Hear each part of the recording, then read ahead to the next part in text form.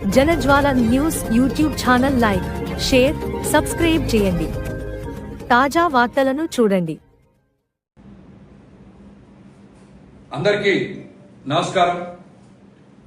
రాష్ట్రంలో గంజాయి డ్రగ్స్ అమ్మకాలు సరఫరా విపరీతంగా పెరిగిపోయింది. రాష్ట్రం గంజాయి డ్రగ్స్ కి కేర్ ఆఫ్ అడ్రస్ గా మారిపోతుంది. ఆంధ్రప్రదేశ్ రాష్ట్రం గంజాయి డ్రగ్స్, లిక్విడ్ డ్రగ్స్ కి పేరు మోసిన కేంద్రంగా మారిపోయి అతి తొందరలోనే ఆంధ్రప్రదేశ్ గంజాయి ఆంధ్రప్రదేశ్ గా, డ్రగ్స్ ఆంధ్రప్రదేశ్ గా మారిపోతుందేమోననేటువంటి ఆందోళన మాకైతే చాలా స్పష్టంగా కలుగుతాం. కూటమి ప్రభుత్వం అధికారంలోకి వచ్చిన తర్వాత ఈ 2 సంవత్సరాల కాలంలోనే గంజాయి మీద కేసులు సుమారు 2.5 లక్షల వరకు కట్టారనేటువంటి సమాచారం. అదేవిధంగా డ్రగ్స్ మీద కేసులు సుమారు 2,500 వరకు కేసులు నమోదు చేశారనేటువంటి సమాచారం ఉంది. ఆంధ్రప్రదేశ్లో ఇవన్నీ కూడా ఇంత పెద్ద ఎత్తున గంజాయి కేసులు కానీ, డ్రగ్స్ కేసులు కానీ ఇంత పెద్ద ఎత్తున నమోదు అవడానికి కారణం ఏంటి? అసలు రాష్ట్రంలోకి గంజాయి డ్రగ్స్ ఎలా వస్తున్నాయి? ఎవరి ప్రోద్బలంతో వస్తున్నాయి? ఎవరి అండదండలతో వస్తున్నాయి? విచ్చలవిడిగా అమ్మకాలు ఎలా జరుగుతున్నాయి? ఇదేమి ఈ గణాంకాలన్నీ నేను నా సొంతగా ఏం చెప్పట్లా. 13/2/2026 ఆంధ్రప్రదేశ్ పోలీస్ ఈగిల్ తరపున విడుదల చేసినటువంటి సమాచారం ఇది.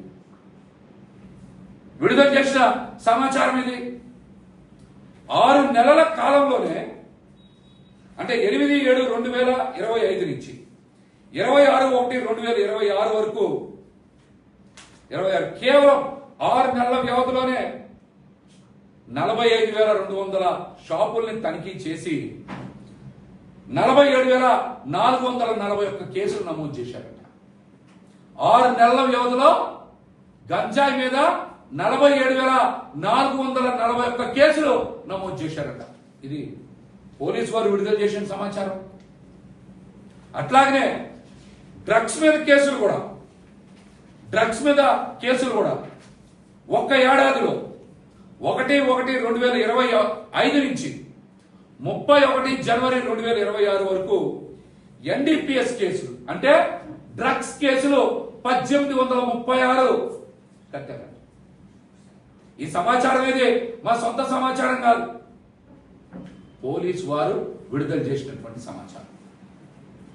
దీన్ని బట్టి చూస్తే కూటమి ప్రభుత్వం అధికారంలోకి వచ్చిన తర్వాత ఈ రాష్ట్రంలో గంజాయి, డ్రగ్స్, లిక్విడ్ డ్రగ్స్ ఏ స్థాయిలో రాష్ట్రంలోకి వస్తున్నాయి, ఏ స్థాయిలో అమ్మకాలు జరుగుతున్నాయి, ఏ స్థాయిలో సందులో గల్లీలో గంజాయి, డ్రగ్స్ అమ్మకాలు జరుగుతున్నాయో మనం చాలా స్పష్టంగా అర్థం చేసుకోవచ్చు.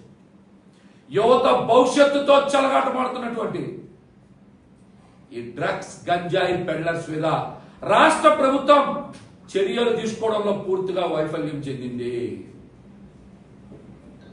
రాష్ట్రంలో విచ్చలవిడిగా ఈ గంజాయి అమ్మేవాళ్ళు, డ్రగ్స్ అమ్మేవాళ్ళు రోజు రోజుకి పెరిగిపోతూ ఉన్నారంటే పోలీసు వ్యవస్థ వైఫల్యం ఏ స్థాయిలో ఉందో మనందరం కూడా చాలా స్పష్టంగా అర్థం చేసుకోవచ్చు.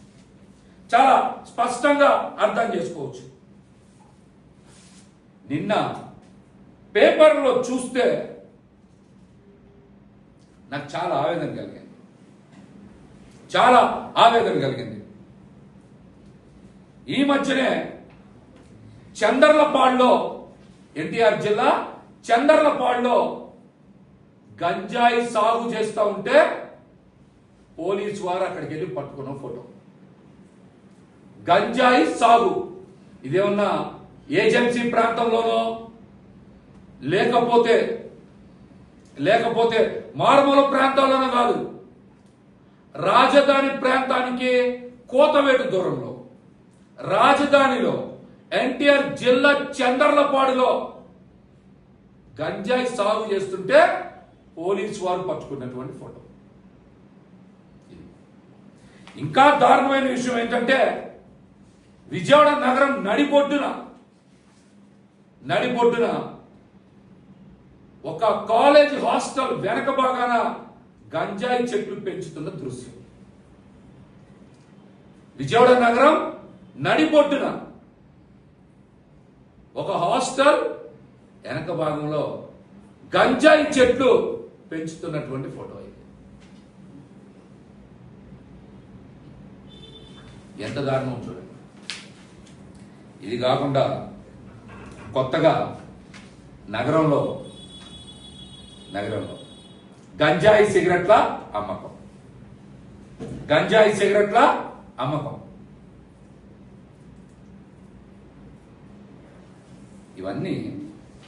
ఇవన్నీ కూడా విజయవాడ నగరం ఎన్టీఆర్ జిల్లాలో జరుగుతున్నటువంటి వాస్తవ సంఘటనలు.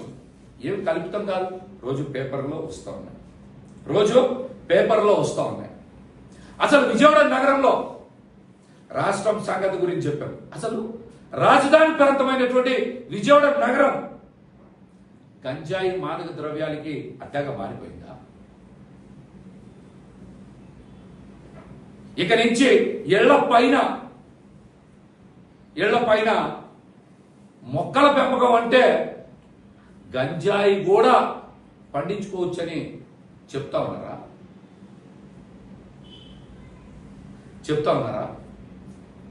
ఇళ్ల పైన ఇప్పటి వరకు కొద్దిగా కూరగాయలు, పూలు, చిన్న చిన్న పండ్లు పంచుకునేటువంటి మొక్కలని కూడా పెడతా ఉన్నారు. ఇక నుంచి విజయవాడలో గంజాయి మొక్కలు కూడా పెంచుకునేటువంటి వీలు సౌలభ్యం పోలీసు వారు కల్పిస్తున్నారేమో అనేటువంటి అనుమానం కలుగుతుంది. మాకైతే ఆ అనుమానం కలుగుతుంది. మరి రాజధాని ప్రాంతానికి కోటవేడు దూరంలోనే గంజాయి సాగు జరుగుతుందంటే ఇక నుంచి సాంప్రదాయబద్ధమైన పంట వరిలాగా గంజాయి కూడా పండించుకోవచ్చా?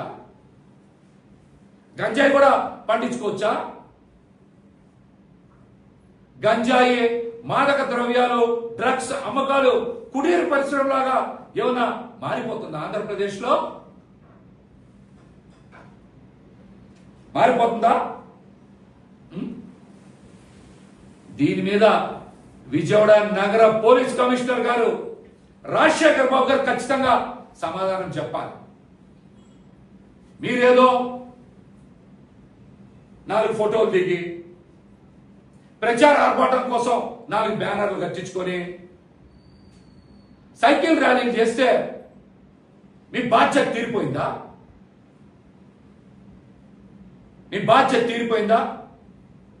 సిపి రాజశేఖర్ బాబు గారు దీనికి సమాధానం చెప్పాలి. క్యాప్షన్ చూశారుగా మీరు, డ్రగ్స్ పై దండయాత్ర అంట. మీరు ఏం దండయాత్ర చేశారు? డ్రగ్స్ అమ్మేవాళ్ళని ఏమైనా పట్టుకుంటా ఉన్నారా? డ్రగ్స్ సరఫరా చేసేటువంటి చైన్ మీద ఏమైనా దండయాత్ర చేశారా?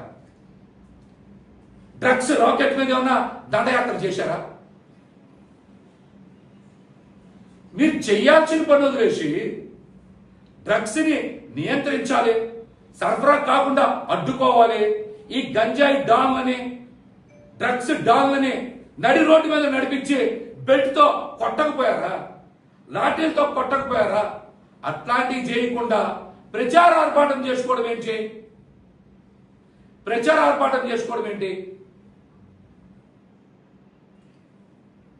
సిపి గారిని మరొక సూటి ప్రశ్న.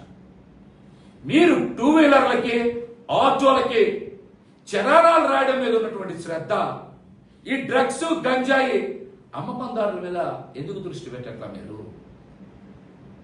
ఎందుకు పెట్టట్లా? దానికి కారణం ఏంటో కూడా సిపి గారు నగర ప్రజలకే సమాధానం చెప్పాలి. ఎక్కడ పడితే అక్కడ సమయం సందర్భం లేదు, చలనాలు రాస్తా ఉన్నారు. మరి మీరు ట్రాఫిక్ రూల్స్ ని అంత కట్టుదిట్టంగా అమలు చేసేటువంటి బాధ్యత తీసుకున్నారు కదా.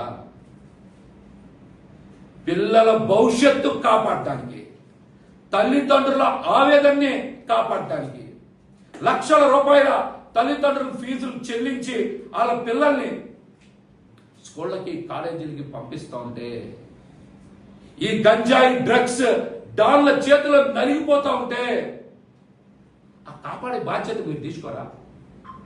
ఆ తల్లిదండ్రుల ఆవేదన మీరు అర్థం చేసుకోరా? ఆ తల్లిదండ్రుల మానసిక క్షోభ మీకు పట్టదా? సిపి గారు మీకు పట్టదా? చలనాలు రాయడం మీరు అంత శ్రద్ధ చూపిస్తా ఉన్నారు కదా. ఈ గంజాయి డ్రగ్స్, గంజాయి సిగరెట్లు, లిక్విడ్ డ్రగ్స్ సప్లై చేసి డాన్ల మీద మీరు ఎందుకు చర్యలు తీసుకోరు? ఎందుకు వాళ్ళని పట్టుకోరు? కారణం ఏంటో కూడా మీరు సమాధానం చెప్పాలి కదా. మీరు సమాధానం చెప్పాలి కదా. చెప్పండి, పెట్టాలి కదా. మీరు ఎందుకు మాట్లాడరు ఈ అంశాల మీద? ఎందుకు మాట్లాడరు? చిన్న చిన్న పిల్లలు వీడియో పంపిస్తాం మీ అందరికీ కూడా, వీడియో పంపిస్తా.